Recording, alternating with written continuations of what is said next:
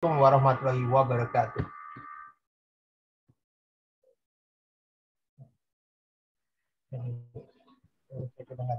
Waalaikumsalam warahmatullahi wabarakatuh. Bismillahirrahmanirrahim. Bapak Ibu dan rekan-rekan semua, terima kasih atas kehadirannya. Ini adalah sesi awal dari kami di Zukah yang akan mensosialisasikan sebuah metode yang sebenarnya harus kita miliki ya. Dan saya pribadi sejak 2005 belajar banyak hal dan berputar-putar, tidak keluar Indonesia juga. Dan ternyata sejak waktu COVID ini ada seorang kawan yang sebuah praktisi kesehatan mental ya, terapi mental. Dan terakhir down, saya juga waktu mulai merenung, bukan berarti manusia itu sempurna gitu. Tapi dia seorang praktisi yang sebenarnya sudah ngajar banyak lama gitu. Cuma ada kejadian di saat COVID yang membuat bisnisnya hancur berantakan, gitu. Termasuk meninggalkan banyak kewajiban dia gitu. Dan saya lihat dia down. Minta bantuan saya melakukan teknik yang dia miliki sebenarnya. Teknik yang dia miliki, kemudian kita angkat lagi sebagainya. Ini saya mulai berpikir, kenapa? Karena selama ini saya belajar banyak hal dan punya satu keyakinan bahwa manusia itu luar biasa. Jadi untuk atasi itu saya lebih ke sana sebenarnya.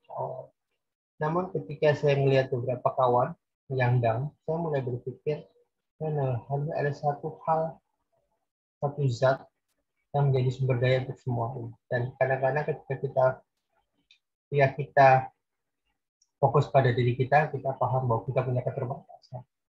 Dan saya berpikir kita nggak cukup.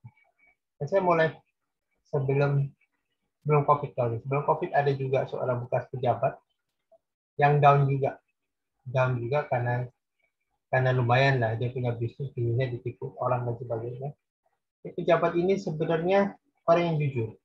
Jadi kalau dia mau saja berbuat macam-macam, sebenarnya dia punya kekayaan banyak. Tapi dia jujur. Yang menarik sebenarnya kejujuran itu bukan karena bermuara dari keyakinannya pada Allah atau keyakinannya pada nilai-nilai tauhid yang dia punya. Tapi dia melakukan itu karena dia hormat pada negara, karena dasarnya humanis lah. Dasarnya adalah manusia. Dan ujungnya frustasi juga ketika dia tua. Kenapa? Karena manusia menurut saya yang melakukan untuk sesuatu yang di luar Allah, ujungnya frustasi. Karena yang nggak ada penghargaan negara dan sebagainya. Dia sudah kerja hampir 40 tahun untuk negara, tapi begitu pensiun disia-siakan. Dan padahal dia melakukan kegiatannya sangat jujur. Pantauan pun mencatat dia sebagai satu orang yang jujur. Tapi kan dalam hidupnya, dia juga paham bahwa ketika pensiun semua berhenti kan. Semua fasilitas berhenti, semuanya berhenti. Dan ketika dia susah, gak ada yang bantuin. Ngerjain nama negara kan, gitu. Karena posisinya sudah tidak lagi sebagai pegawai negeri. Nah, yang cerita ujungnya frustasi. Saya mulai berpikir, no, something wrong ini di sini semua ini. Oke, NLP, hipnosis, semua hal itu bagus. Tapi jujur aja, waktu saya belajar mindfulness, kemudian diskusi, itu diam without judgment. Oke, tapi nggak bisa juga, kita punya judgment.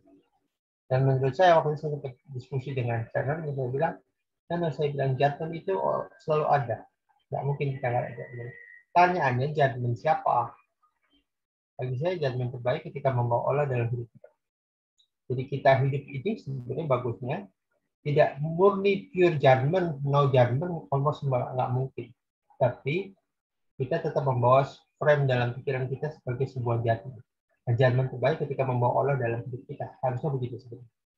Makanya saya sempat ngembangin TMP kan, Tauhid Mindfulness for Productivity, yang menjadi dasar gerakan. Nah, di sisi lain, saya melihat sholat.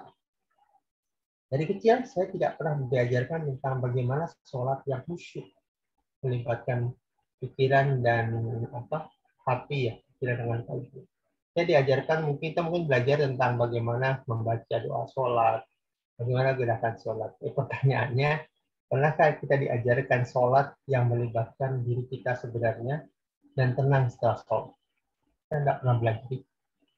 Pada sebenarnya sholat yang substansial sebenarnya ketika ujungnya adalah ketenangan dan itu yang mencegah perbuatan mungkar ya. Jadi harusnya itu tujuan sholat kita. Tapi banyak sekali orang sholat hari ini tidak melibatkan dirinya dan ujungnya adalah sholat hanya jadi kewajiban dan beban kita. Makanya sebagian orang lebih banyak sholat dengan kecepatan yang tinggi. Gitu. Akibatnya nggak kerasa sholat. Boro-boro mencegah kebukaan, merasa tenang aja enggak. Gitu. Karena sholatnya begitu cepatnya. Padahal sholat ini kan sebenarnya hadiah Rasul ya ketika Mi'raj pulang gitu. Harusnya sebagai tools. Dan kalau kita lihat sejarah ya, ini sekaligus teman-teman yang suka ngajakin saya, suka buat kegiatan yang konkret buat umat. Yang menarik sebenarnya Rasulullah ketika masuk Madinah, kondisi Madinah itu chaos secara ekonomi. Penindasan dari kaum Yahudi, semua pedagang itu, para petani itu, semuanya berhutang riba dengan Yahudi. Akibatnya orang Yahudi bisa mendikte apa yang dia tanam, apa yang dia produksi, dan apa yang dia jual. Karena semuanya berhutang. Jadi sebenarnya kondisinya sekios kita hari ini. Tapi yang menarik adalah Rasul begitu datang, bukannya ayo kita bagi dan Rasul begitu datang, dirikan masjid. Dirikan masjid sebagai pusat perubahan. Bukan langsung turun ke lapangan. Dan kalau kita melihat ayatnya sebenarnya jadikan sholat dan sabar sebagai penolong. Maka karena Rasul paham tentang ayat ini, maka Rasul menggunakan itu sebagai alat untuk membuat umat. Baru setelah itu kita bicara teknikal. Menugaskan para sahabat untuk belajar bertani, yang biasa dagang ini belajar bertani dan sebagainya. Hal-hal teknis dilakukan belakang setelah masjid dibangun. Apa artinya? Artinya di situ sholat menjadi salah satu perubahan, media perubahan untuk membuat kondisi berubah. Oke, karena sudah ada 12, saya screen ya. Nanti udah kita tanya jawab. Karena sebenarnya materi yang sebenarnya belum pernah kita bawakan di Syokah. Kita selama ini di Syokah selalu berfokus pada perubahan pikiran, perubahan berdasarnya manusia. Dan kita lupa satu hal menyentuh area ini, area yang sebenarnya sudah dilakukan Rasul sejak lama. Saya cerita sedikit Syokah. Syokah hari ini ya Desember ini hanya akan ada 2 kegiatan. Kegiatan pertama adalah kampus yang insya Allah nanti akan kerjasama dengan salah satu kampus di luar, tapi kita sengaja sebut kampus itu belajar neurolinguistic programming cara Islamnya. Kalau ini agak komersial, gitu. Nanti kita bayar dan ada uang bulanan sebagaimana layaknya sebuah kampus. Yang kedua, kita akan sosialisasikan. Tadinya namanya SLT, Salat Slide Tools. Mas malam habis diskusi ke teman-teman, jangan jadiin tools deh, gitu. Tools itu nanti jadi nggak wajib. Oke, kita ganti jadi Inner Game of Salat, IGS. Selalu gerakan ini kita akan ajak menjadi bagian dakwah kami dan jadi bagian media kami galang dana. Jadi IGS Inner Game of Salat ini akan kita sosialisasi dan kita belajar. Kurang lebih ada 20 modul yang kita akan bangun nanti dan kita akan estafetkan materi ini secara secara estafet lah nanti melalui WA, Telegram dan apapun yang bisa kita kembali. Oke, ini saya sekilas tidak ada perkenalnya. Tapi ada yang baru sini ya. Oke, jadi saya lewat ini.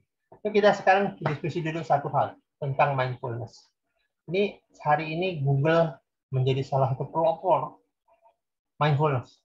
Jadi Google sangat senang sekali materi ini, gitu, karena diwajibkan. Diikuti Apple, diikuti McKinsey konsultan manajemen, dan akhirnya sekarang hampir perusahaan yang masuk dalam Fortune 500 karya perusahaan bagus ya, yang menggunakan ini untuk mewajibkan karyawan melakukan mindfulness. Nanti kita akan diskusi sebenarnya mindfulness itu apa. Jadi pada intinya mindfulness itu dapetin ini secara sains membuat orang kita lebih fokus. Kemudian lagi mencintai diri kita, nggak gampang jatuh pada diri, nggak bobot, aduh kenapa nasib saya beginilah gitu. Kemudian mengurangi stres. Kemudian menikmati hidup. Apapun yang kita miliki dan nikmati hidup. Hidup lebih sehat dan hidup lebih tenang. Ini yang mau dikejar oleh Google dan perusahaan. Karena dengan kondisi ini sebenarnya karyawan lebih produktif. Karyawan lebih mudah meningkatkan kinerja. Dan disinilah ide mindfulness hadir. Pertanyaan menariknya, mindfulness itu apa sebenarnya? Nah, ini menarik. Mindfulness itu sebenarnya mindful, kesungguhan kehadiran. Jadi kalau orang bicara mindfulness, artinya dia hadir di setiap event dalam hidup. Nah, karena dia hadir, dia bisa menikmati proses dari waktu ke waktu, maka mencegah pikiran negatif hadir. Pikiran negatif hadir itu karena kita fokus ke negatif. Jadi mindfulness, kalau kita hadir di sini, kita fokus pada nafas yang kita hirup, kita fokus pada gerakan, kita fokus pada apa yang terjadi pada bahu kita dan sebagainya. Itu membuat orang itu menjadi sadar apa yang terjadi saat itu. Nah, kan sering sekali yang membuat kita chaos itu karena kita tergeser fokusnya ke hal-hal negatif. Akibatnya apa? Pikiran kita, seluruh tubuh kita merespon pemikiran negatif tersebut. Kalau suatu saat kita mendapatkan tantangan dalam hidup kita, yang menarik mindfulness apa yang dilakukan? Duduk, perhatikan diri kita, bagaimana kita berpikir, bagaimana badan kita, bagaimana postur kita, apa yang kita rasakan, apa yang kita dengarkan, semuanya itu ada kontrol. As long as emosi yang tinggi dalam kondisi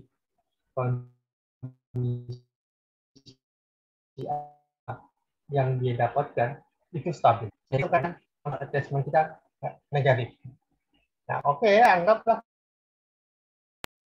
kita sales turun dan sebagainya. Sales turun di situ. Nanti gini gimana? Nanti sales turun dan sebagainya.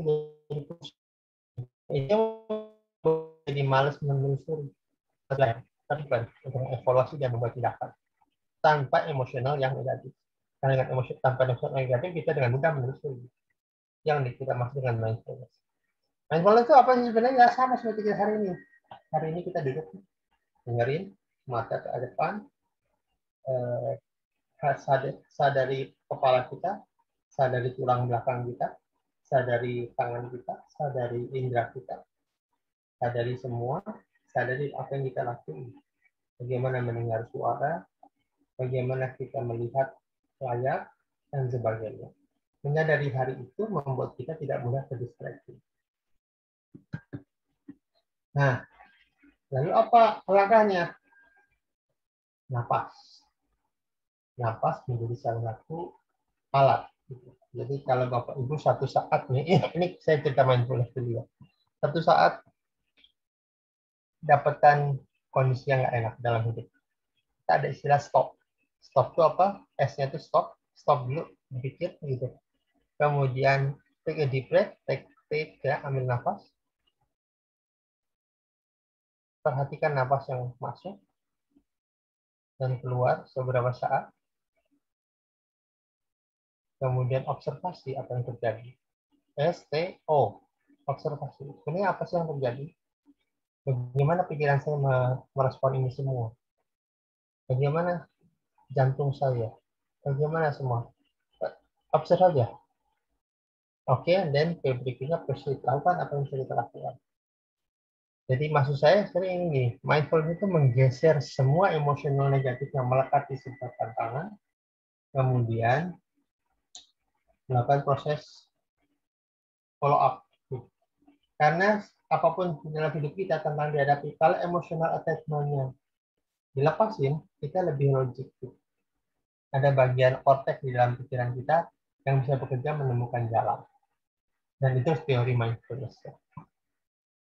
Sekarang pahami satu, yang tadi tentang pikiran-pikiran negatif. Juga kalau sholat tuh namanya kita sebut dengan rampok pikiran. Jadi kita sering sekali ketika fokus, kita ingin tenang, tetap pikiran kita kerampok entah masa lalu ataupun masa depan yang belum jelas. Kita terlalu khawatir masa depan, akibatnya tidak melupakan kebahagiaan hari ini. Dan itu tentang mindfulness. Itu tentang present, tentang kehadiran. Oke? Saya mau cerita dulu ini. Kita akan buat tauhid mindfulness for activity dibanding mindfulness field. Tadi saya bercerita, ketika mindfulness kita berpikir diri kita, melihat diri kita, dan sebagainya. Apakah itu kuat? Bagus. Tapi kadang-kadang tidak cukup berpikir tentang diri, kita manusia biasa. Yang menarik adalah kita membawa Allah di dalam hidup kita.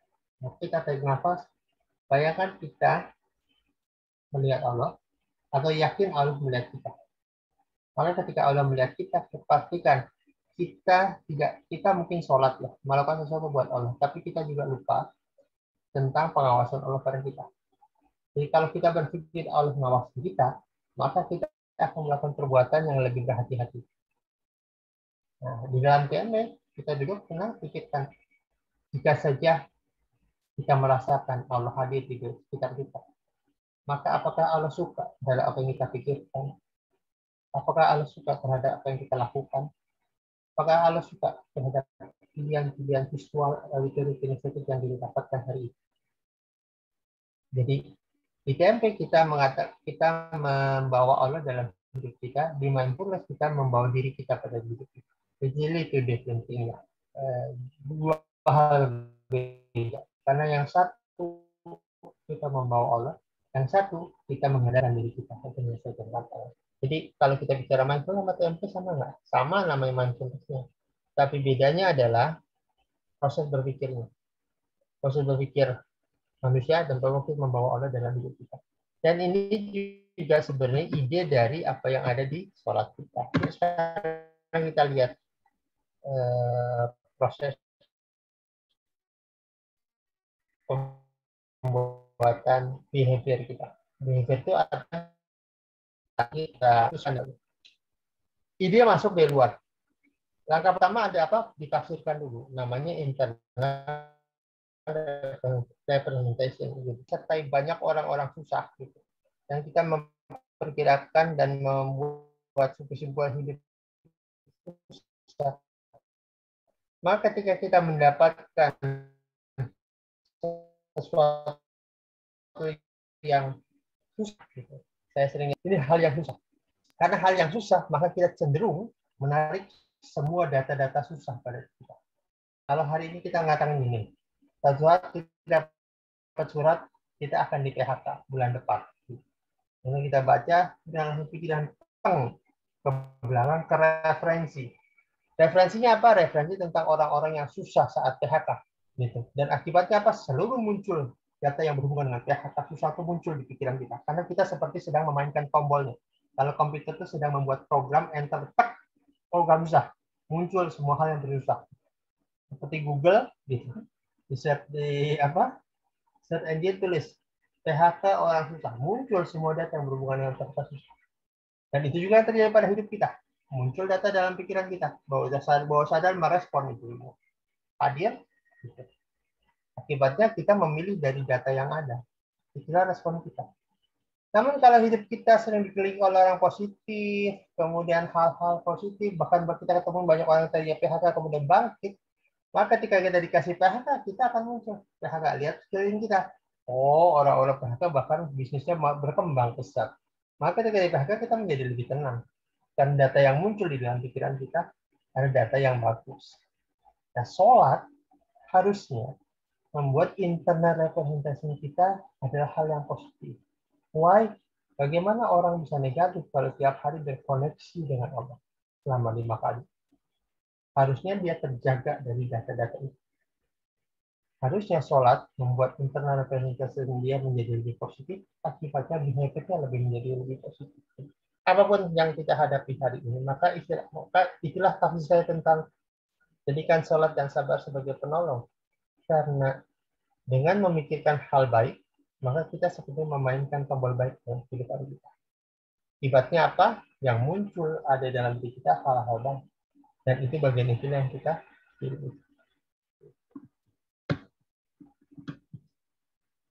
Nah, ini sesi awal sebelum kita tanya jawab. So, pada intinya, Bapak Ibu, sholat kita itu tentang inner game, permainan pikiran di dalam. Dan harusnya sholat itu menguatkan, membuat kita menjadi menang pada permainan di dalam. Kan sholat itu bukan jadi sebuah penderitaan atau hanya menutupi kewajiban. Sholat harusnya membuat kita lebih terkoneksi dengan Allah. Dengan koneksi itu kita menguasai inner game. Walaupun kondisinya selalu di outer game. Artinya tantangan hidup kan selalu ada di luar. Dan kalau cara kita mengatasi tantangan hidup adalah ketika inner game kita bagus. Cara kita mengatasi bagus. Sholat harusnya menguatkan kita, membuat kita jadi menang terhadap inner game. Jadi kita sedikit perlu nambahin tentang apa yang diajarkan orang-orang terhadap sholat. Orang-orang kan sering bicarakan tentang ayat, sering bicarakan tentang gerakan sholat, itu bagus. Tapi pernahkah kita ajarkan how to win the game? Bagaimana memenangkan permainan di dalam diri kita? Sebagaimana Ali bin Abi Thalib, kemarin saya cerita ya, bisa membangun kondisi anestetik alami di dalam tubuhnya, sehingga ketika sholat, panahnya dicabut dan dia tidak susah. Dan ini tentang inner game, permainan di dalam pikiran. Saya ingat banget ada buku dulu, Inner Game of Tennis, Inner Game of Golf, dan sebagainya. Ternyata para atlet itu, para olahragawan itu sebenarnya, dan ada seorang coach yang pertama itu mempopulerkan kata coach dalam dunia, itu namanya Timothy Gallwey. Dia cerita, siapapun olahragawan Anda, karena dia sebenarnya trainer untuk olahraga ya, baik tenis maupun golf. Dia cerita sebelum main, maka dia menangkan apa yang ada di dalam diri kita. Dan sholat harusnya membuat kita menjadi pemenang di dalam permainan pikiran yang ada di dalam diri kita. Oke, itu sesi awal sebelum kita masuk sholat. Silahkan kalau ada yang tanya. Suara putus-putus ya? Suara saya putus-putus nggak?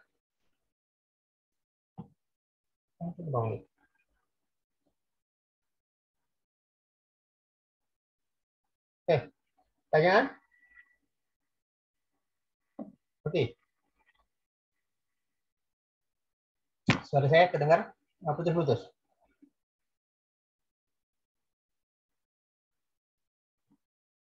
Oke, sip. Alhamdulillah. Oke, 5 menit, 3 menit buat pertanyaan.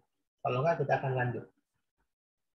Jadi saya ingin cerita gini sebenarnya. Materi kita hari ini adalah bagaimana sholat sebagai sebuah tools perubahan. Karena tadi saya cerita, sholat itu harusnya membuat kita menaklukkan dunia ini dengan penuh sumber daya. Bukan positif, bukan penuh sumber daya. Sumber daya artinya apa? Karena kita suka sholat, maka koneksi kita dengan Allah kuat. Dan karena koneksi kita dengan Allah kuat, harusnya kita menjadi lebih kuat dibanding sebelumnya. Karena kekuatan itu ada di dalam, bukan di luar. Kekuatan itu ada di dalam pikiran, dan pikiran itu berdua ya sumbernya, dari jantung maupun dari otak. Otakku Rasul menuju dada ya. Jadi ada kekuatan di dada juga yang berpikir. Jadi kalau kita bicara internal, sebenarnya bicara kepala dan jantung. Dan harusnya karena kita sering sholat, kita sedang melatih koneksi kita dengan Allah. Dan dengan cara itu kemudian kita menjadi lebih penuh sumber daya apapun. Dan ini saya berasa banget waktu COVID tuh, kebetulan kami Jawa, saya pergi ruang konsultasi, yang konsultasi banyak banget. Dan rata-rata usianya 49 tahun ke atas. Karena mereka yang tidak siap dengan PHK dan sebagainya. Dan ini tantangan bagi hidup kita ya sebenarnya Bapak Ibu. Karena apa? Karena kita melihat sholat itu hanya sebagai sebuah gerakan dan exit. Merupakan satu hal yang dikatakan Quran bahwa sholat dan sabar sebagai pertolongan. Harusnya sholat itu membuat kita lebih clear menghadapi itu. Oke, ada banyak kelebihan di luar sana, baik ekonomi, sosial, budaya maupun apapun itu. Tapi dengan membawa kita semuanya menjadikan Allah sebagai the only Maha, the only the best in among everything, jadi menjadi yang terbaik di dalam konteks apapun gitu. Akibatnya apa? Kita jadi penuh sumber daya yang ada kita. Harusnya begitu. Karena hari ini sekarang banyak orang keluar. Mungkin COVID sudah turun ya, tapi kalau saya di lapangan ekonomi belum bergerak. Ekonomi masih biasa, bahkan sebagian orang sudah kehilangan modal untuk memulai usaha gitu. Dan ini menarik sebenarnya menurut saya. Tidak. Pertanyaannya adalah, kalau kata saya sekarang sempat kemarin diskusi dengan beberapa orang, jangan-jangan kita dihilangkan sumber daya. Untuk apa? Untuk yakin bahwa Allah adalah the only tempat satu-satunya kita untuk memohon. Kalau kemarin mungkin kita rada-rada opsional gitu, kenapa rada opsional? Kita masih punya modal dan sebagainya. Kalau hari ini sebenarnya kita benar-benar harus dipaksa menggantungkan hanya pada Allah. Oke, khusyuk dan bacaan. Menarik nih Pak Anda. Khusyuk dan bacaan. Oke, konteks bacaan, tata caranya sebenarnya nanti tinggal di Google. Karena tiap orang bisa beda-beda. Saya nggak mau bertabrakan dengan apa si A ngomong ini, si Ustadz ngomong ini, Ustadz B ngomong. Yang mau saya kejar adalah harusnya sholat pertama bagi saya sebenarnya sholat pertama adalah dapetin khusyuknya. Khusyuk min apa? Saya tadi bilang khusyuk itu artinya penyerahan total. Khusyuk itu artinya fokus. Kalau bagi saya khusyuk itu artinya ya kita berada dalam suatu titik fokus yang tinggi gitu, dan meyakini Allah hadir. Itu khusyuk bagi saya. Nah, kalau orang khusyuk sebenarnya mau suratnya pendek mau suratnya panjang, selama sesuai dengan sunnah sebenarnya itu membuat kita lebih tenang hidup. Why? Karena ketika khusyuk bagi saya adalah bergantung kepada satu titik, seperti halnya hipnosis. Mengapa orang itu bisa masuk kondisi trans? Karena dia fokus ke satu titik. Satu area. Satu titik ini harus titik yang tepat. Titik tepat artinya titik yang meyakini Allah hadir. Ihsan menurut kajian itu kan sebenarnya Allah, kita yakin melihat Allah, dan kalau kita nggak lihat maka yakinlah Allah akan melihat kita. Jadi itu sebenarnya sebuah kondisi di mana in every step, every breath we make, setiap nafas yang kita hirup, setiap tindakan yang kita kerjakan, Allah hadir di situ. Dengan meyakini bahwa Allah hadir di setiap event kita dalam hidup, maka sebenarnya kita bukan saja diawasi oleh Allah, tapi juga diyakinkan bahwa Allah itu jadi sumber daya. Why? Karena Allah itu dekat dengan kita. Saat kita ngadepin masalah kita, Allah di mana? Waktu ini sesi saya di waktu ngadepin orang-orang di PHK, Pak, ketika Bapak nih ngadepin sehari ini, entah PHK, entah Bapak belum sempat melunasi hutang dan sebagainya. Pertanyaannya cuma satu, kalau di mana? Di mana? Kalau itu dekat, lebih dekat dari urat nadi kita, nggak minta sama. Karena ketika semua jalan stuck, ketika semua jalan stuck, dan kita nggak tahu lagi harus adalah alat komunikasi kita dengan Allah. Dan ketika sholat kita tidak berkualitas, sebenarnya komunikasi kita tidak berkualitas. Kita masuk ke jargon NLP. Komunikasi kita ditentukan oleh respon, oleh lain ataupun respon sekeliling kita. Sama kalau ukuran kualitas kita, komunikasi kita diukur dari setelah sholat. Setelah sholat kondisi kita seperti apa? Tenang kah? Atau makin ruwet? Kalau makin ruwet means something wrong dengan kualitas komunikasi. Harusnya ketika orang berkomunikasi mengadukan semua masalahnya pada zat yang bisa menolong kita apapun masalah kita, harusnya kondisinya nyaman, harusnya kondisinya tenang. Oke, solusi belum ada tapi kondisinya tenang. Dan ketenangan itu kalau pakai pendekatan neuroscience, gitu, orang yang hidupnya tenang, maka bagian korteks kita nih, bagian logika dan bagian kecerdasan kita yang bisa menemukan solusi, dia yang kerja. Tapi kalau kondisi kita stres, bagian reptil kita yang keputusan cuma 3, fight, flight, or freeze, jadi melawan, lari ataupun membeku ataupun bingung gitu, itu yang kerja. Logika kita tak kerja. Karena logika kita dibutuhkan saat kita stres, saat kita membutuhkan solusi. Pada saat butuh solusi, kita butuh otak kecerdasan. Nah, sekarang kecerdasan kita hambat kerjanya karena otak masuk ke kondisi reptil. Disitulah kemudian kita butuh sholat. Maka Rasulullah mengatakan ya Bilal gitu, relax, panggilin saya supaya saya lebih rileks. Sama seperti halnya Bapak Ibu melakukan meditasi. Ini saya pernah belajar melakukan meditasi. Lebih rileks. Tapi pertanyaan kenapa rileks? Gitu. Karena kita menghambat kerja dari pikiran negatif. Itu baru saya. Jadi kalau kita bicara sholat, kalau saya sebenarnya kalau ngajarin sholat, jadikan sholat itu khusyuk dulu. Get the feeling dulu. Dan kita bicara bacaan. Kalau saya ngajarin sholat seperti saya ngajarin anak saya, bacaan belakang. Duduk tenang. Kayak dia sholat kan? Sholat. Dan Allahu Akbar. Bismillahirrahmanirrahim. Jangan baca bismillah. Duduk tenang, merasakan kita hadir di situ.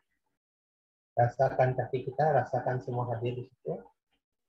Nyaman, tenang, dan baru baca.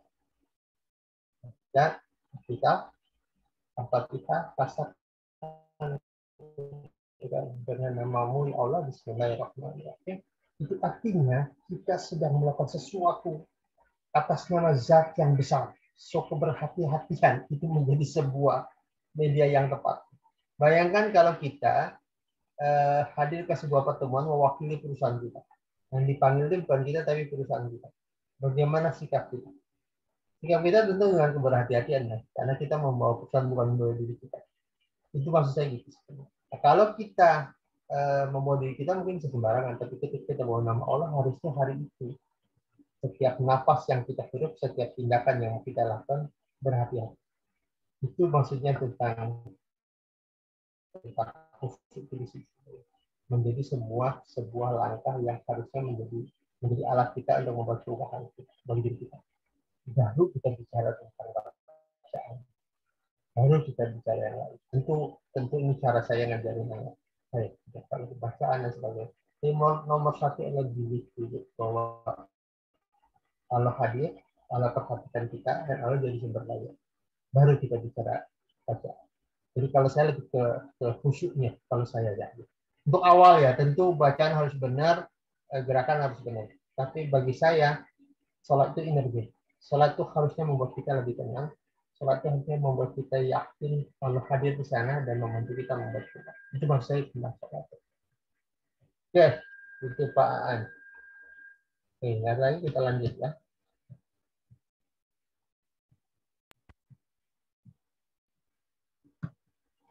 Oke, ini sebenarnya dua dari sholat ya. Satu, mencegah dari perbuatan keji yang mungkar. Untuk bisa mencegah dari perbuatan keji dan mungkar, ingat perbuatan keji dan mungkar adalah perbuatan. Seperti tadi sudah saya gambarkan dari external event, diproses, kemudian ujungnya adalah behavior. Behavior itu keji dan mungkar. So, dengan kata lain, untuk bisa mengembalikan mencegah keji dan mungkar artinya kerjaan yang ma'ruf dan kerjaan yang baik kan. Untuk bisa mendapat kerjaan baik, maka proses siklusnya dalam menafsirkan data harus baik agar outputnya Anda keluarkan. Karena perbuatan keji dan mungkar adalah output dari sebuah proses. Maka prosesnya harus betul. Dan sholat harusnya membuat proses kita menjadi lebih baik. Satu. Yang kedua, ayat berikutnya mengatakan sholat dan sabar harusnya sebagai penolong. Jadi dan itu kalau di ayat selanjutnya dan itu tidak bisa dilakukan kecuali dengan kondisi orang yang khusyuk, yaitu sulit dilakukan kalau khusyuk. Khusyuk artinya tadi kita jelasin ya, penyerahan total, fokus dan sebagainya. Ini supaya disebut dengan sabar dan salat sebagai penolong.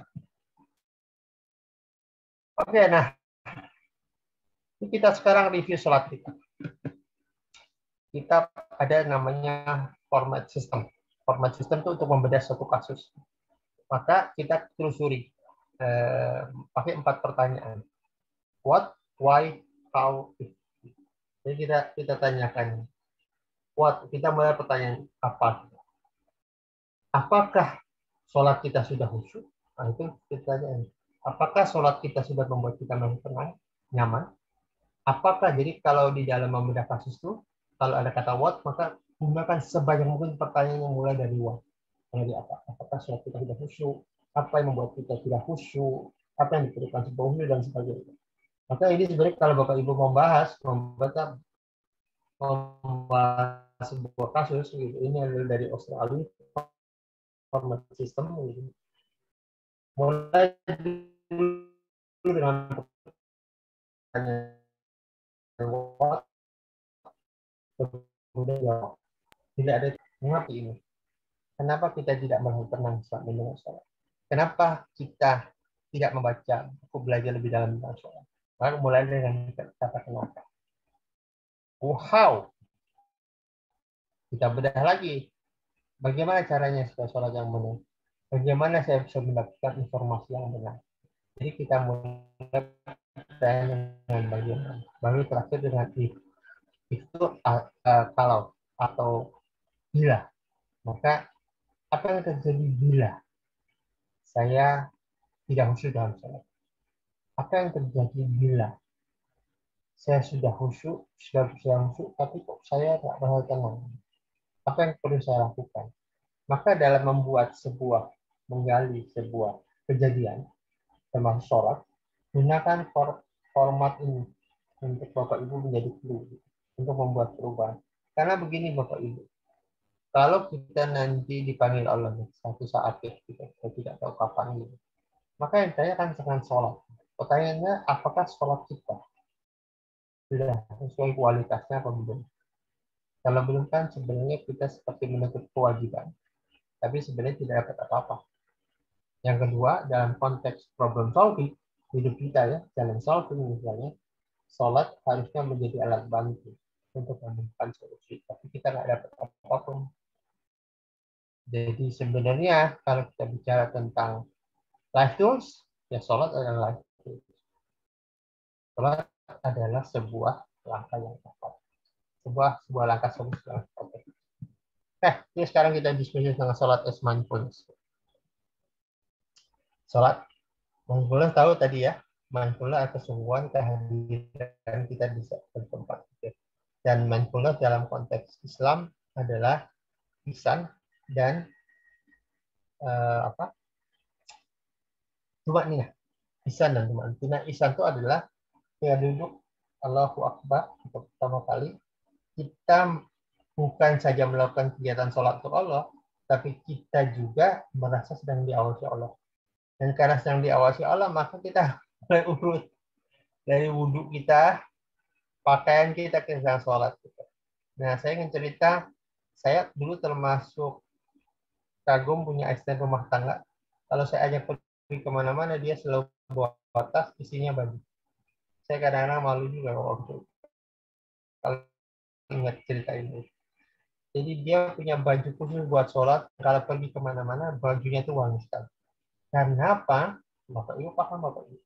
Kalau Bapak Ibu pakai jas, ya, maka langkah gerak kita itu akan sangat lebih terbatas ataupun lebih berhati-hati dibanding kita pakai kaosan, nongkrong gitu.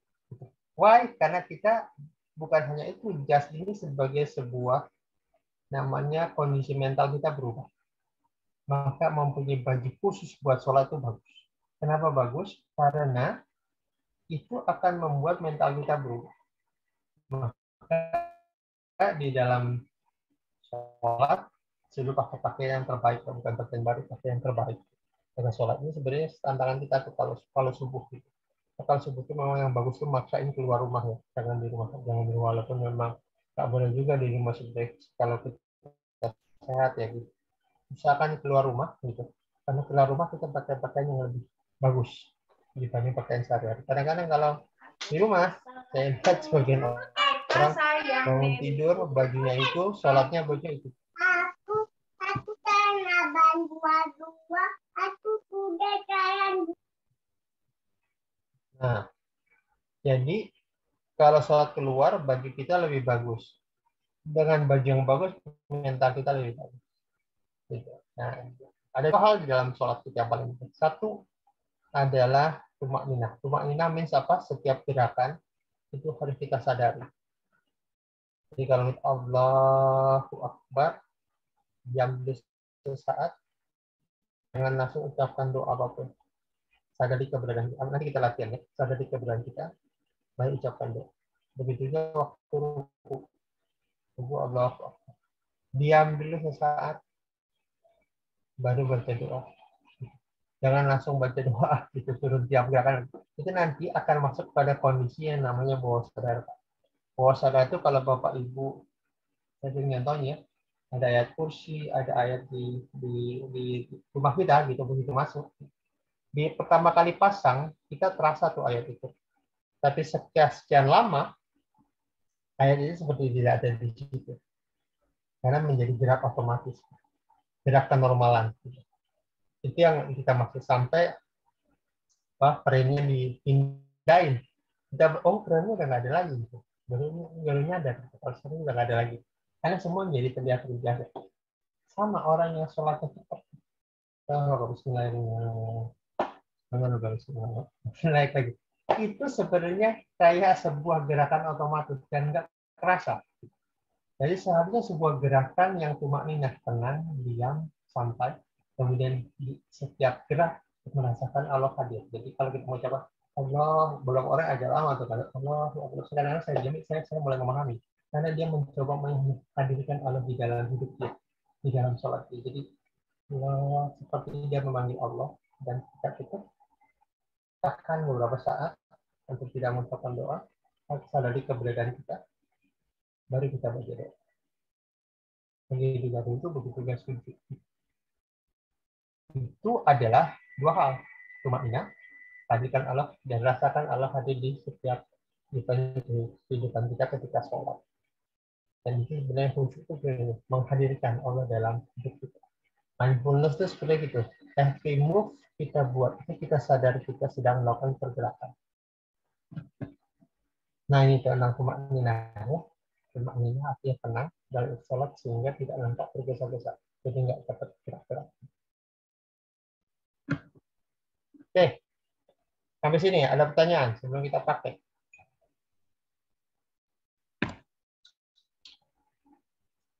Saya tidak bicara tata cara sholat. Saya lagi bicara tentang energi. Saya lagi bicara kondisi mental kita saat sholat. Karena harusnya kondisi mental itu membuat kita menjadi lebih kuat, lebih khusyuk, lebih menikmati sholat. Dan ketika kita tiap hari bisa curhat dan kita setiap curhat seperti mempunyai sebuah solusi di dalamnya. Dan ini indahnya tentang sholat. Nah, jadi mulai hari ini saya mulai hari ini sebenarnya kita dari sini harapannya satu. Ketika sholat be happy, be proud, dan ketika masuk waktu sholat tuh senangkan itu. Karena itu saat momentum kita berhadapan dengan zat yang bisa memenuhi keinginan kita sekaligus menyaksikan tantangan hidup kita. Harusnya itu sebuah momen yang kita nikmati ya. Tulisan di layarnya kurang jelas. Sebuah media yang diberikan Allah. Tulisan di layarnya kurang jelas. Masa? Yang lain jelas ya? Tulisannya yang di layar agak pecah, kurang jelas. Masa itu? Tulisan. Ini jelas kan? Ya itu kurang jelas. Itu lagi ya. Kalau ini kurang jelas. Ini kurang jelas. Ini jelas. Ini nggak jelas. Yang besar jelas, yang kecil-kecil tadi kurang jelas tulisannya. Oke, ini jelas. Bisa. Oke. Baik, sekarang kita mulai dulu dengan langkah, namanya langkah mindfulness ya. Kita akan gunakan namanya anchor. Tapi bedanya adalah kita akan gunakan ini saat jelang sholat. Jadi ingat yang kita lakukan jelang sholat. Jelang sholat itu nggak apa-apa kita atur, tapi kalau sudah sholat kita sudah satu cara.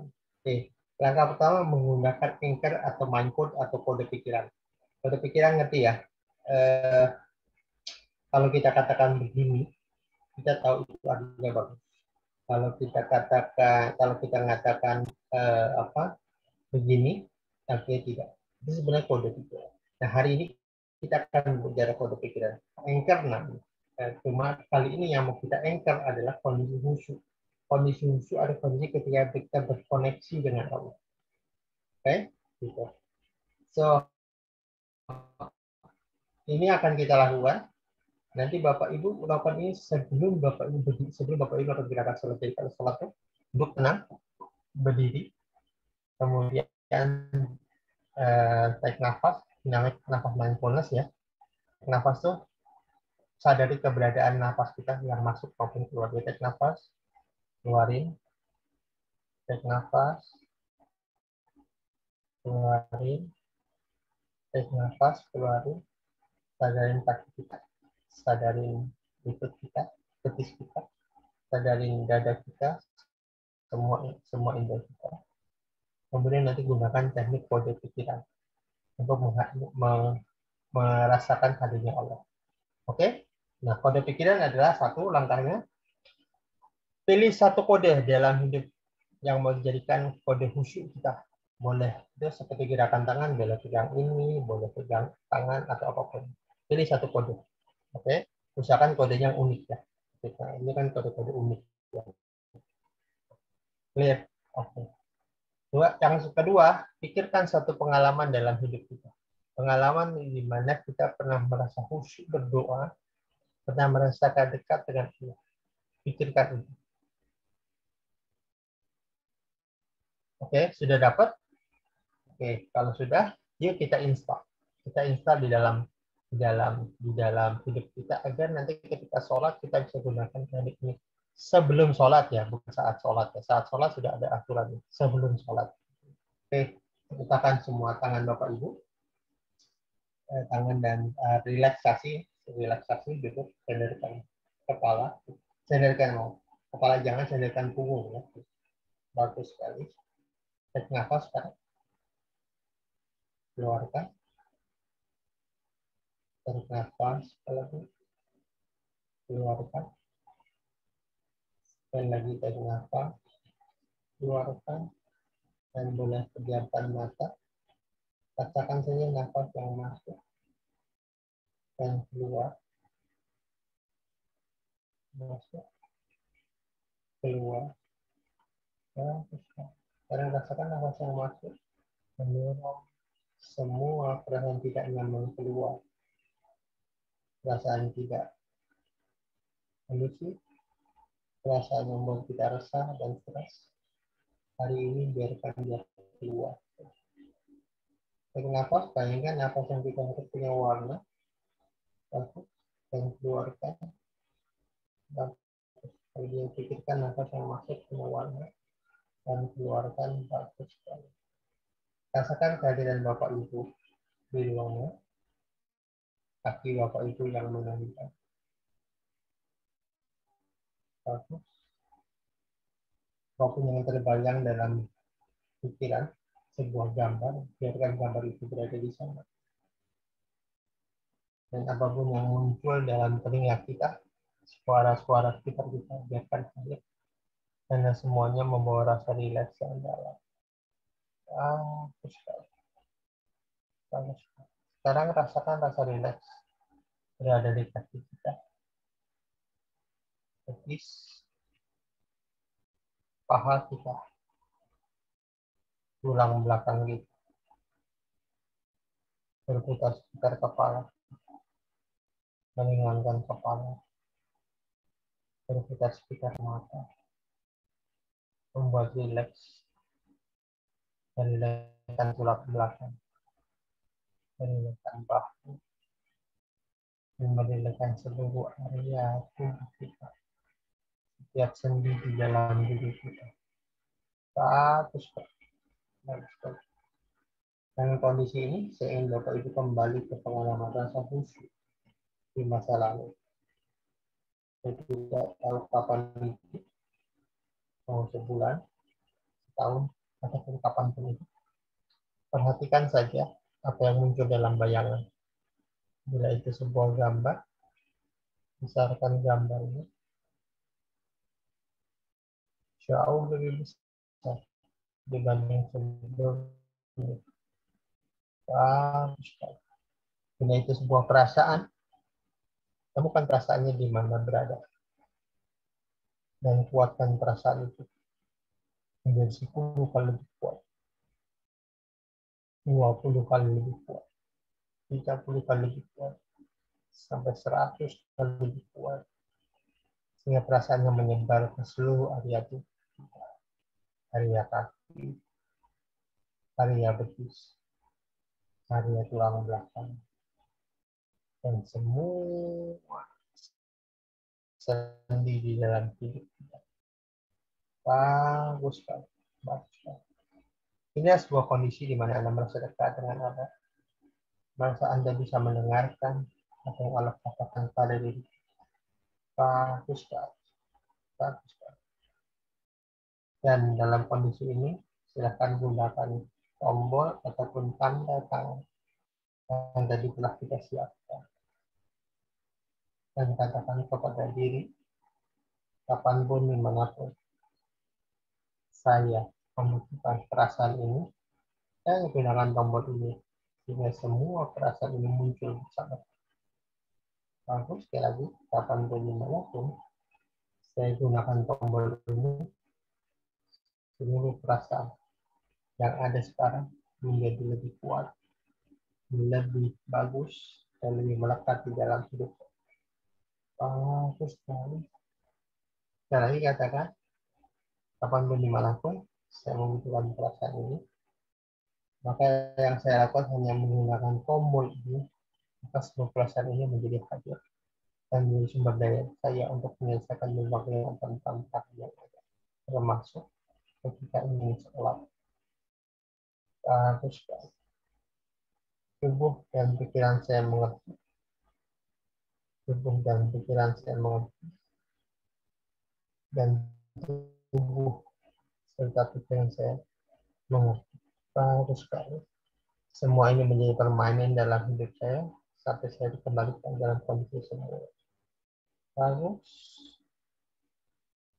Hari ini Bapak Ibu punya sumber daya untuk khusyuk, untuk masuk ke dalam kondisi mental seperti ini kapanpun, dimanapun, sesuai keinginan Bapak dan Ibu. Sambil merasakan perasaan nyaman ini, Bapak Ibu boleh siap-siap dan membuka mata saat Bapak Ibu merasa nyaman untuk membuka. Silakan.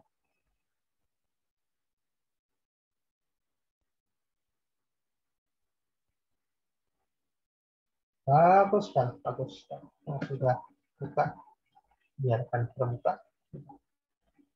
Yang belum boleh nikmati kondisi itu. Bagus kan, bagus. Dan jadi ini adalah langkah kita.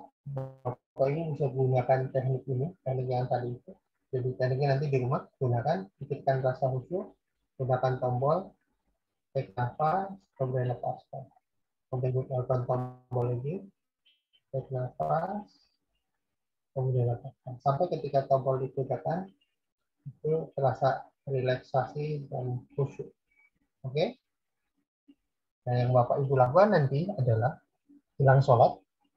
Jangan langsung sholat, berdiri dulu, tarik nafas, ucapkan doa apapun, gitu. Rasakan kehadiran Bapak Ibu.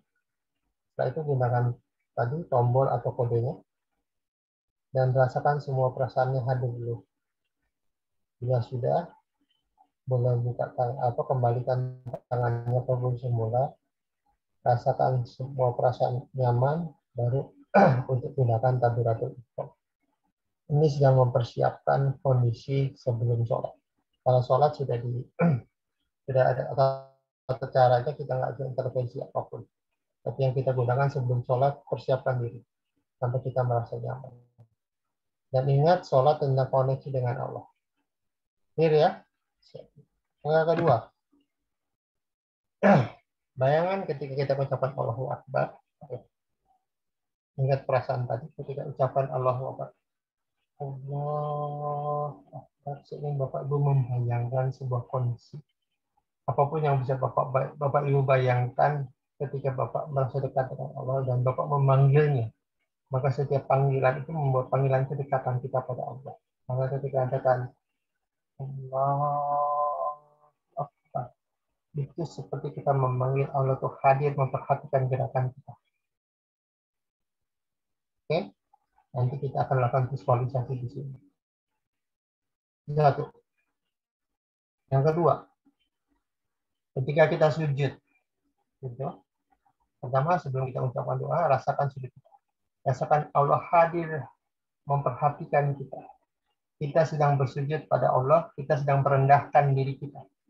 Kita sedang memposisikan kita adalah hamba yang tunduk pada Allah. Kita sedang memposisikan bahwa Allah ada sumber daya kita, sumber daya terbaik untuk menolong kita. Dan kita memohon dirinya untuk hadir, untuk membantu kita mengatasi hambatan. Maka kita sujud di hadapannya. Maka kita benar-benar merendahkan diri, ya Allah, hanya Engkau yang bisa membantu saya. Hanya Engkau lah tempat kita menyembah, tempat kita berbakti, tempat kita menyerahkan seluruh hidup dan mati. Disitulah kita akan turun tunduk menghadapnya, gitu. Dan kita yakin bahwa kita akan kembali suatu saat untuk bisa mempertanggungjawabkan apapun yang kita lakukan hari ini. Dua hal ini sebenarnya bagi saya adalah sebuah momentum terbaik tentang hidup kita. Oke, clear? Ada pertanyaan sebelum kita lakukan future pacing? Future pacing adalah sebuah langkah untuk memperkirakan sholat kita. Ada pertanyaan tentang ini? Silakan. Saya kasih waktu 2 menit sebelum kita nanti lakukan future pacing.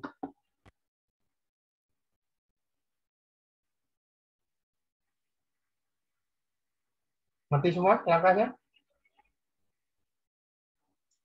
Baik, ini kita lakukan.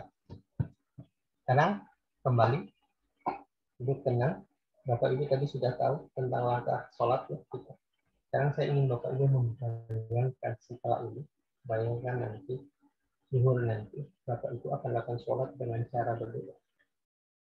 Oke? Oke? Jadi cara yang biasa kita lakukan seharian. Baik, duduk tenang, santai. Oke. Sekarang senderkan punggung bila ada senderan. Gitu. Tarik nafas, keluarin. Tarik nafas, sekali keluarin. Tarik nafas, sekali keluarin. Bagus. Sekarang boleh pejamkan mata. Saya ingin Bapak Ibu membayangkan langkah ke depan. Nanti selalu itu. Boleh bayangkan di mana Bapak Ibu berada. Dan bayangkan Bapak Ibu buat sajadah dijulurkan. Dan saya ingin Bapak Ibu membayangkan berdiri dalam sholat. Dan saya ingin Bapak Ibu membayangkan menggunakan kode sedang sholat untuk merasakan hadirnya Allah di hadapan kita. Dan lihat, dengar apa yang terjadi. Bapak Ibu menarik nafas, mengeluarkan. Tarik nafas, keluarkan. Tarik nafas, keluarkan. Terus merasakan kehadiran Bapak Ibu di saat itu. Rasakan ketenangan yang ada di dalamnya. Terus tarik nafas, keluar. Sudah siap, bayangkan Bapak Ibu mengangkat tangan dan mengucapkan Allahu Akbar. Dan saya ingin Bapak Ibu merasakan ketika Bapak Ibu mengucapkan Allahu Akbar. Bapak Ibu besarkan Allah di sana. Bapak Ibu dalam visualisasi apapun yang Bapak Ibu buat, gitu. Bapak Ibu merasa bahwa Bapak Ibu sedang berhadapan dengan Allah. Dan Allah memperhatikan setiap gerak, nafas, tindakan kita. Dan saat kita menengadah, kita memanggil nama Allah, Allah seakan semakin dekat bersama kita. Bahkan jauh lebih dekat dibanding urat nafas kita. Terus Bagus sekali. Perhatikan saja, Allah memperhatikan setiap bacaan yang kita buat. Surat-surat yang kita bacakan. Perhatikan saja cara kita berucap. Cara kita mengucapkan kata demi kata. Setiap kata akan dilihat dan mendengar Allah. Maka perhatikan bagaimana kita mengucapkan.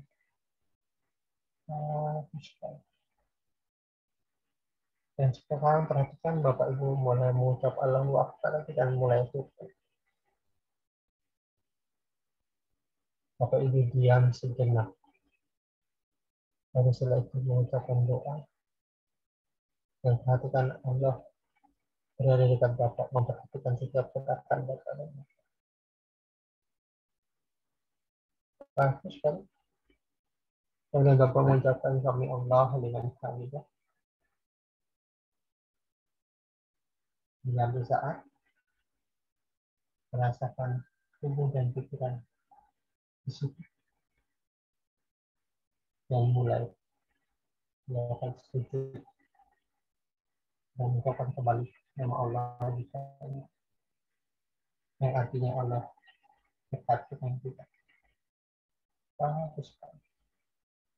Dan saat kita sujud, rasakan kita sedang berhadapan dengan Zat yang Maha Besar, di mana diri kita tunduk di sana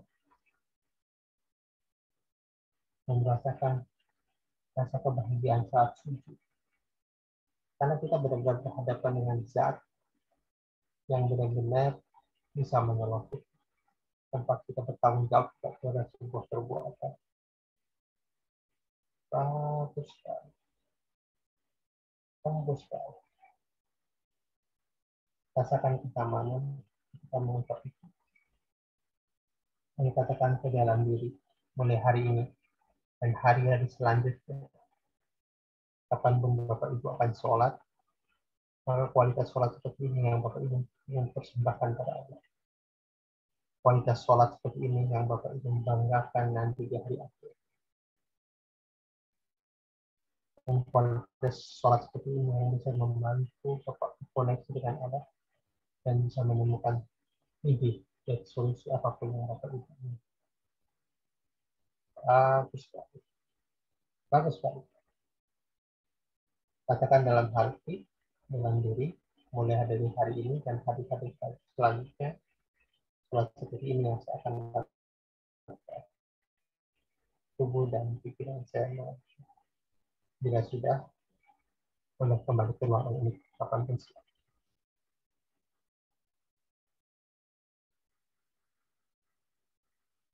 Bagus sekali, bagus.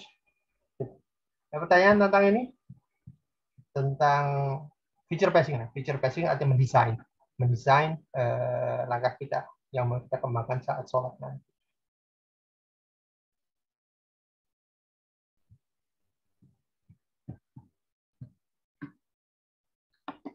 Oke.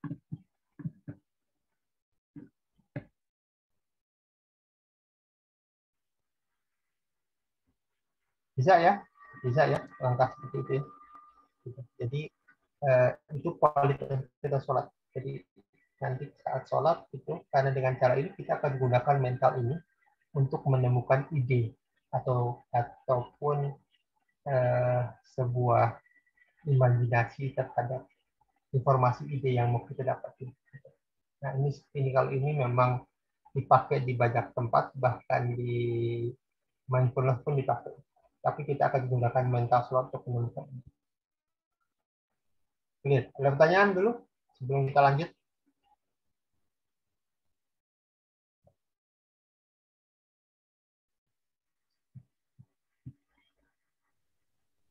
Oke, nggak ada. Saya akan kasih contoh nama teknik. Nama tekniknya namanya visual squash. Tapi nanti kita akan hubungkan dengan sholat. Visual squash itu gini, Bapak Ibu. Sebenarnya ini membantu kalau Bapak Ibu habis sholat sholat istiqoroh ya, sholat istiqoroh gitu. Jadi kalau ini namanya sebuah teknik menyelaraskan pikiran. Nah, kita akan gunakan ini. Saya pakai teknik NLP dulu. Gitu.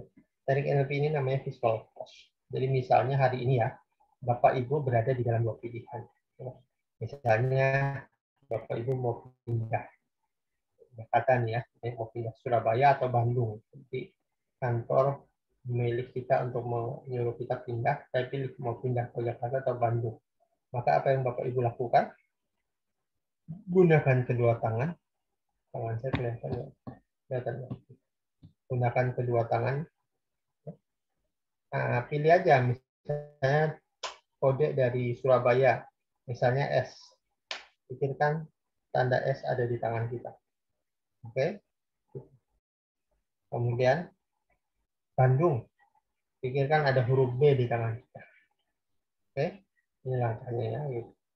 Baik, langkah berikutnya adalah duduk tenang sesaat. Rasakan ada S di tangan kita, tangan kiri kita, ada D di tangan kanan kita. Tarik nafas 3 kali dulu.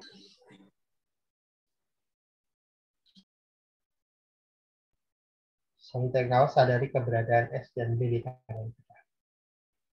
Oke, clear? Begitu clear, tarik nafas, kemudian bisa bacakan doa apapun itu. Doanya, ya Allah bantu saya untuk membuat pilihan yang mudah. Kemudian setelah itu perlahan, kita satukan kedua tangan kita. Duduk tenang dan diam, duduk tenang, diam dan biarkan semuanya hadir. Kira-kira yang muncul adalah huruf apa? Nah, itulah sebenarnya cara kita membuat pilihan. Ini namanya tekniknya visual post. Lalu pertanyaannya, apakah itu sebuah ramalan? Bukan, sebenarnya ini sebuah. Jadi pikiran itu kadang-kadang gini, kita mau ke Surabaya, tapi kan ini, tapi kan ini, tapi kan ini. Kita mau ke Bandung, ini enak sih, tapi kan ini, tapi kan ini. Maka kita gunakan teknik ini. Dan kalau saya gunakan teknik ini kalau habis sholat istiqoroh. Dan saya berdoa pada Allah kemudian lakukan ini. Sebenarnya tanpa maksud saya kenapa gunakan doa ya karena kita kembali kita minta bantuan Allah untuk memberikan yang terbaik membantu kita. Walaupun tanpa doa itu bisa, tapi sebenarnya itu lebih mantap karena Allah terlibat di dalam membuatkan keputusan ini. Nah, ini apa arti pilihannya? Arti pilihannya adalah kita akan memilih sebuah pilihan yang condong sesuai dengan pikiran dan tubuh kita yang sesuai. Jadi ini penyelarasan pikiran. Teknik ini disebut dengan visual postal di teknik Neural Linguistic Programming atau NLP. Pertanyaan tentang ini? Bisa ya melakukan ini gitu. Dan ingat be aware terhadap sinyal. Itu gambarnya blank ya. Kalau gambarnya blank artinya bukan saat memilih. Ulangi lagi nanti sejam lagi. Gitu. Teknik ini sebenarnya gitu. Pertanyaan tentang ini? Clear ya? Karena teknik ini akan kita pakai nanti kalau Bapak Ibu lagi ya. Oh, ada pertanyaan. Oke. Kalau teknik ini akan kita gunakan kalau Bapak Ibu punya tantangan dalam hidup. Ini kalau tadi milih A dan B, kali ini kita gunakan teknik ini. Jadi kalau saya lakukan ini sebenarnya kalau punya masalah, sholat yang khusyuk, saya tadi zikir yang benar ya, zikir itu baca astagfirullah, tuhanina, tenang, diam. Begitu selesai, biasanya kata dua sih, la haula wala quwata illa billah, sama istighfar. Setelah itu saya bisa duduk. Nah ini akan kita lakukan bareng. Duduk tenang. Duduk tenang, kemudian tarik nafas. Kemudian katakan ke dalam diri. Allah hadir dalam hidup saya. Dan kehadiran Allah mulai dari kaki saya. Rasakan kehadiran Allah di kaki saya. Rasakan kehadiran Allah di betis saya.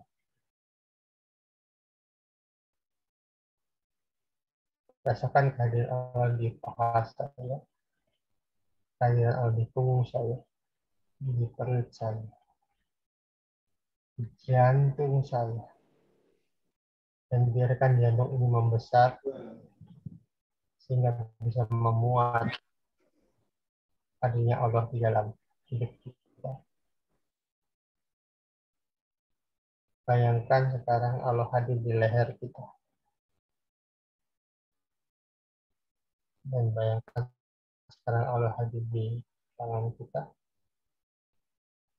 Allah hadir di muka kita, Allah hadir di setiap gedung tubuh kita. Terus. Dalam kondisi ini, katakan aja yang kita inginkan. Saya Allah, saya punya tantangan saat ini. Tantangan itu adalah A, B, C, D, E. Ya Allah, bantu saya menemukan ide bagaimana mendapatkan satu langkah apa yang saya lakukan. Tarik nafas, keluarin. Begitu mantap. Bayangkan diri kita naik ke atas. Sampai level yang kita tidak tahu. Tapi naik ke atas, bahkan kita bisa lihat diri kita di bawah. Naik terus ke atas. Naik terus ke atas. Dan katakan kepada diri, tolong naikkan saya ke atas. Sampai pada level di mana saya bisa bertemu dengan Allah secara internal. Biarkan pikiran kita naik. Dan berhenti. Ketika berhenti, baru tanyakan, ya Allah, saya punya masalah. Bantu saya menemukan ide, Mas berikan Den. tanda, Morning, Den. ataupun sinyal apapun.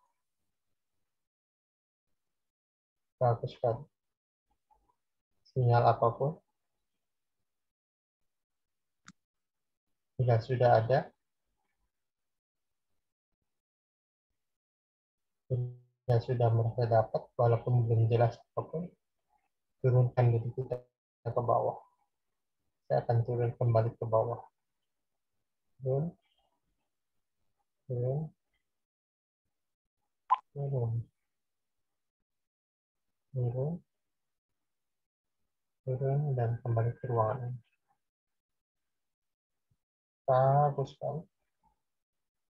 Bila sudah, sekarang pikirkan apapun yang sinyal yang tidak dapat. Dan tanyakan kepada diri apa artinya sinyal tersebut. Ya. Saya pernah lakukan ini, membimbing orang yang pernah saya ceritakan. Sinyalnya itu adalah menghubungi rekannya. Waktu dia ngerti, tapi rekannya itu hanya ngasih proyek senilai 300.000.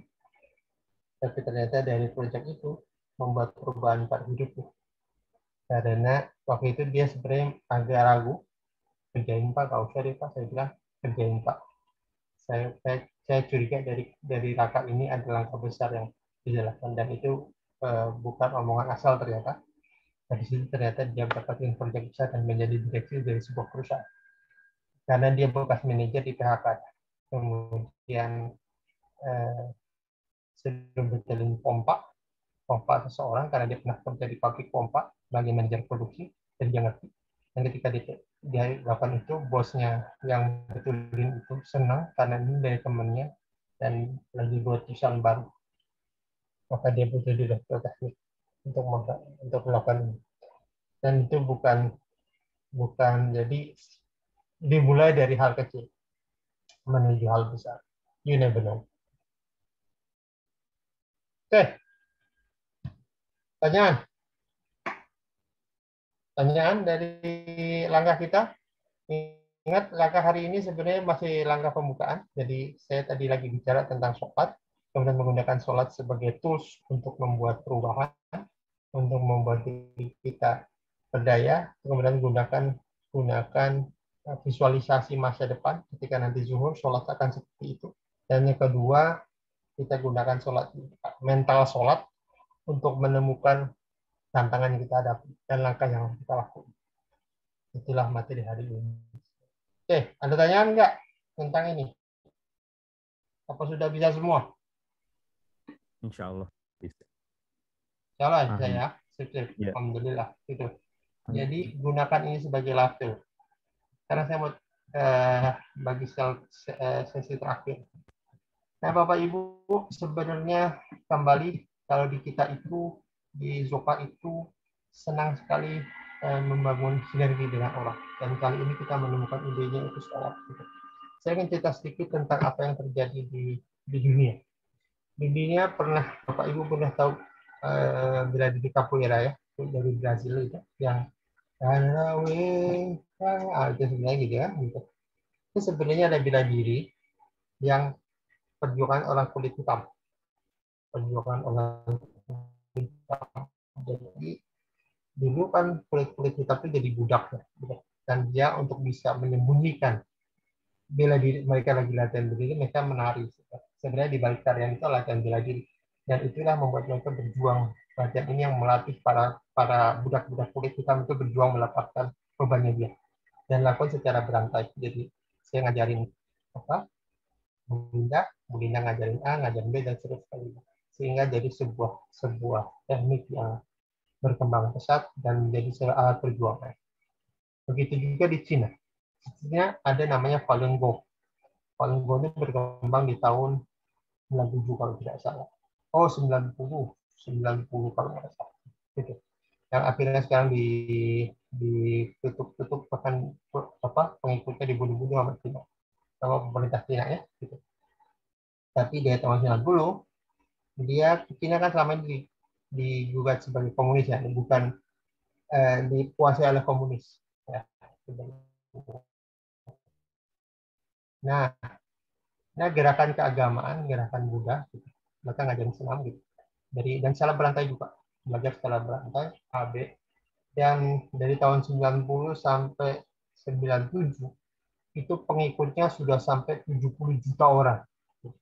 70 juta orang karena secara berantai dilanjutin gitu kan. Dan dari A ke B, B ke C dan sebagainya.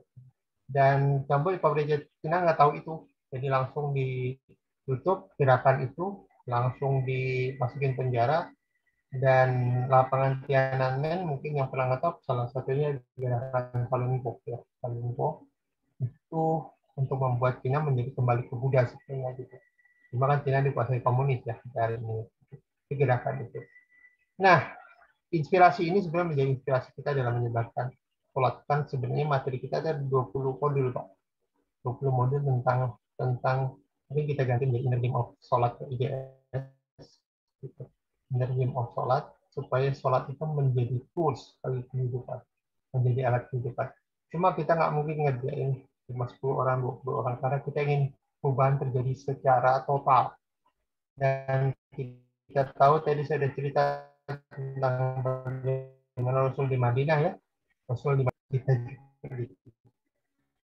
membuat perubahan apapun untuk nasib umat hari ini, sholatnya benar dulu. Karena sholat itu menjadi alat untuk membuat diri kita berjaya. Itu yang dilakukan Rasul di Madinah. So, saya ingin cerita ini dulu. Ada konsep manifestasi waktu saya belajar coaching, maupun belajar NLP, belajar apapun, ada istilah be do have. Be kali do sama dengan have. Jadi kalau Bapak Ibu ingin punya rumah besar dan sebagainya, sebenarnya mulainya bukan dari kita melakukan apa, enggak. Tapi mulai dari be. Be itu tentang belief, tentang who you are, tentang siapa kita. Gitu. Be itu tentang keyakinan kita. Maka be itu tentang bagaimana kita seperti apa belief. Dan belief ini merusak siapa gitu. Tapi ketika beliefnya kuat, maka Bapak Ibu bisa punya apapun selama belief kita kuat. Nah, ketika belief kuat, maka akan muncul berbagai macam ide tindakan. Jangan kita follow up menjadi sebuah fact. Maka istilahnya B kali itu sama dengan F. Rasulullah memulai B dengan apa? Dengan membangun masjid. B. Baru bicara teknikal itu dulu. Tapi untuk get something harus lakukan, tentu harus ada tindakan. Tapi sebelum tindakan dilakukan, Bapak Ibu harus punya B yang besar. Itu B yang besar. Dan ini yang mau kita angkat, Bapak Ibu. Jadi nanti di grup itu kita itu adalah grup pemersatu, grup sinergi, karena nanti setelah itu kita akan bicara tentang metode inner game of sholat gitu. Dan materi itu akan kita berikan setiap seminggu sekali sambil kita viralkan ke dunia, ke masyarakat Indonesia gitu. Jadi nanti Bapak Ibu punya kewajiban minimal menyerahkan mengajak 2 orang gitu. 2 orang ini nanti belajar tentang sholat, materinya dari saya akan kasih ke ibu juga akan viralkan gitu. Dan sesekali kita ada kopdar dan sebagainya gitu. Ini sebelum kita bicara tentang hal lain, kita kuatkan diri kita. Baru nanti kalau kita sudah ada kumpulan orang, dan kita bisa bicara banyak. Tapi yang paling penting, orang berkumpul dengan keyakinan bahwa sholat bisa jadi pemersatu dan inspirasi kita untuk melakukan sinergi. Sholat menjadi perubahan diri, dengan perubahan diri kita akan mengajak orang sama-sama berubah, baru dari situ kita bersatu membuat perubahan. Dan ini yang mau kita kerjain sebenarnya adalah tiap orang nanti yang terlibat dalam gerakan ini bayar senilai infak minimal senilai $1. $1 anggaplah 15.000 ya. 15.000 nanti kita kasih account kita bisa. Dari situ kemudian kita akan rubah tuh rumah sekretariat kita di Jatiwaringin jadi tempat pusat satu membantu tunanetra di gerakan tunanetra, jadi situ jadi kampus tunanetra juga yang mengelola kampus tadi itu yang saya bilang kampus Soka. Yang kedua juga kita akan buat operasi yang di situ juga tempat latihan kita sebagai latihan sholat, dan di situ juga jadi pusat gerakan kebangkitan Islam, kebangkitan ekonomi Islam. Jadi di sebelah tuh lihat kalau kita punya hari ini ada 2 orang viralkan ke 4 orang, ke 2 orang jadi 4 kali 28 bahkan sampai ke 20 kali viral sampai 1 juta. 1 juta terlibat, kita buat perizinan, entah PT, entah koperasi, entah apapun, dan kita jadi buat perusahaan bersama. Kalaupun nanti bisa jadi 10 juta, 20 juta, seperti di Jepang, punya koperasi yang anggotanya sampai 30 juta, dan menjadi konglomerat di mana semua orang terlibat, itu menjadi menarik. Dan mengapa saya mulai dengan sholat? Karena saya udah beberapa kali ikut sebuah gerakan yang isinya kumpulin duit. Dan ujungnya apa? Karena mulai dengan duit. Saya memulai kita dengan sholat. Dan dengan sholat kita menjadi lebih prasangka baik, lebih punya keyakinan, dan kita menularkan sebuah metode yang menjadi solusi bagi kehidupan kita. Maka kita guna tadinya sebut sholat itu cuma beberapa orang kritisi jangan live tools katanya, karena live namanya tools itu opsional gitu. Maka mungkin nanti kita ganti jadi gerakan IGS, Inner Game of Sholat. Jadi bagaimana belajarnya? Nanti kita buat Bapak Ibu nanti di grup, kemudian nanti kita buat grup di Telegram. Di Telegram kita akan sharing juga materi tentang IGS, dan nanti Bapak Ibu sama-sama yuk ajak orang terlibat yuk belajar sholat menjadi sebuah solusi. Dan nanti kadang-kadang kita yang di Jabodetabek ada pertemuan offline-nya, yang di luar Jabodetabek kita akan sering diskusi setiap sepekan sekali, mendiskusikan sholat sebagai sebuah terapi, mendiskusikan sholat sebagai sebuah perubahan hidup. Apapun kita ngacu ke ayat tadi ya, bahwa jadikan sholat dan sholat sebagai penolong.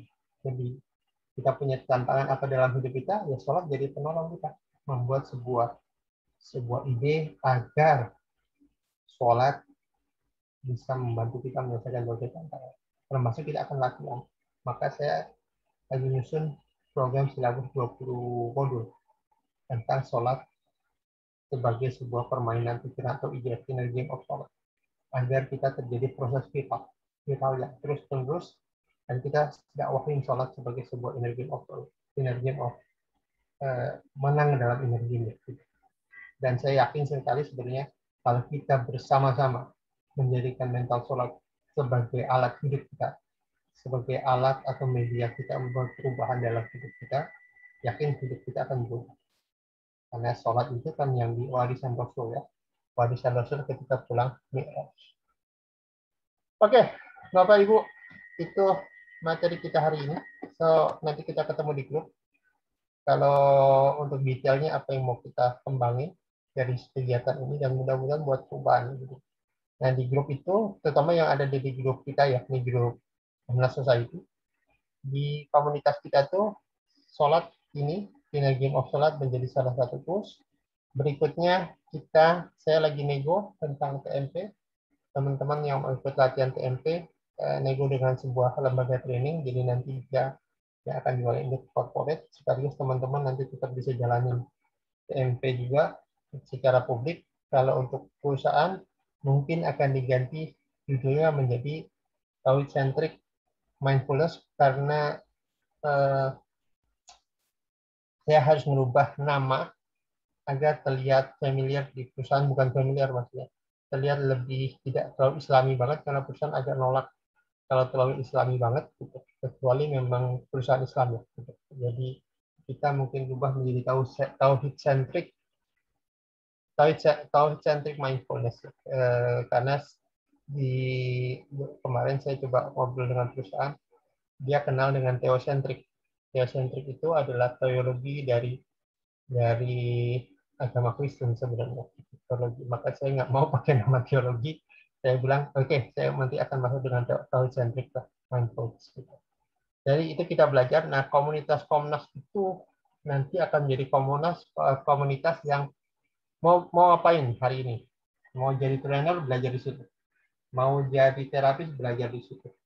Mau sambil kita sosialisasikan sholat, Inner Game of Sholat, tapi itu tempat kita menempa diri, tempat kita diskusi, menempa diri, dan menjadikan nanti lebih banyak yang di Jabodetabek sering kumpul di Jatiwaringin sekretariat kita, yuk hari ini mau jadi apa?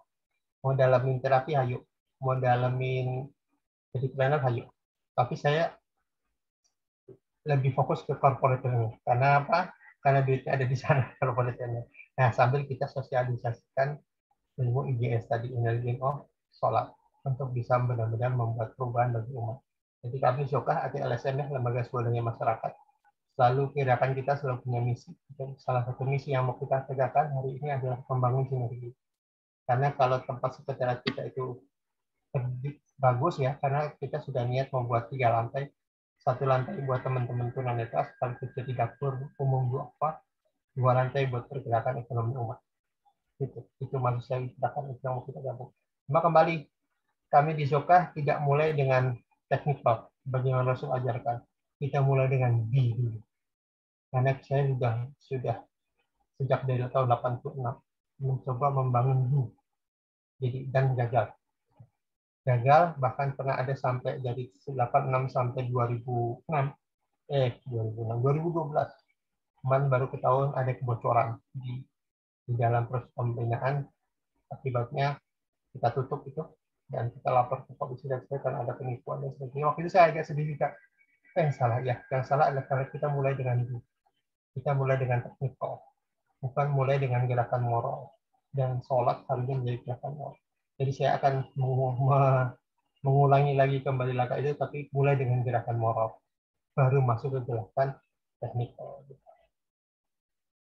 Baik, pertanyaan? Nggak ada?